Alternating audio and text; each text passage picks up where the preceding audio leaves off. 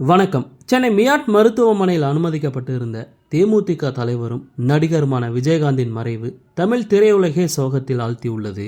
Corona தொற்றால் பாதிக்கப்பட்ட விஜயகாந்த் நுரையீரல் அலர்ஜி காரணமாக வெண்டிலேட்டரில் சிகிச்சை பெற்று வந்த நிலையில் இன்று காலை 6:10 மணிக்கு ஆனார். இதையடுத்து சாலிகிராமத்தில் வைக்கப்பட்டிருந்த விஜயகாந்தின் உடலுக்கு தமிழக முதல்வர் மு.க. ஸ்டாலின் நேரில் அஞ்சலி செலுத்தினார். மேலும் தேமுதிக தலைவர் விஜயகாந்த் முழு அரசு மரியாதை அளிக்கப்படும் என முதல்வர் ஸ்டாலின் தெரிவித்துள்ளார். அதனைத் தொடர்ந்து சாலிகிராமத்தில் உள்ள இல்லத்திலிருந்து விஜயகாந்தின் வடபழனி வழியாக சென்னை கோயம்பேட்டில் உள்ள தேமுதிக அலுவலகத்தில் பொதுமக்கள் மற்றும் தொண்டர்கள் அஞ்சலிக்கு வைக்கப்பட்டுள்ளது. மேலும் சென்னையில் உள்ள தேமுதிக கட்சி அலுவலகத்தில் நாளை மாலை 4:45 மணிக்கு விஜயகாந்த் நல்லடக்கம் செய்யப்படும் என அறிவிக்கப்பட்டுள்ளது. இந்த நிலையில் தேமுதிக தலைமை அலுவலகத்தில் வைக்கப்பட்ட விஜயகாந்த் அவர்களுக்கு திருநாவுக்கரசர், முத்தரசன், கே. பாலகிருஷ்ணன், அமைச்சர் உதயநிதி, துரை வைகோ, அமைச்சர் பொன்முடி உள்ளிட்ட அரசியல் கட்சி தலைவர்கள் அஞ்சலி செலுத்தினர். மேலும் தெலுங்கானா ஆளுநர் தமிழிசை சவுந்தரராஜன் அவர்களும்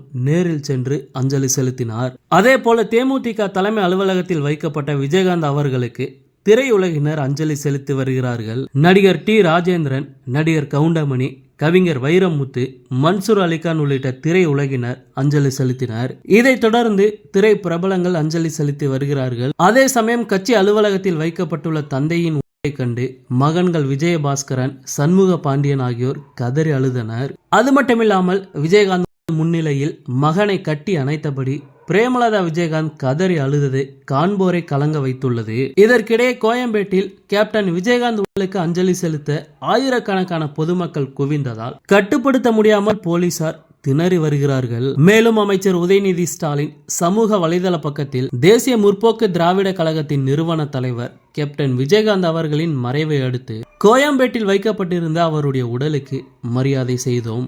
தேமுதிக பொதுச் செயலாளர் திருமதி பிரேமலதா விஜயகாந்த் உள்ளிட்ட குடும்பத்தினர் மற்றும் கட்சியின் நிர்வாகிகளுக்கு ஆறுதல் தெரிவித்தோம். கலை உலகம் மற்றும் அரசியல் இரண்டிலும் மாபெரும் ஆளுமையாக திகழ்ந்த கேப்டன் அவர்களின் பணிகள் காலத்தால் அழியாதவை என உதயநிதி ஸ்டாலின் அவர்கள் பதிவிட்டுள்ளார்.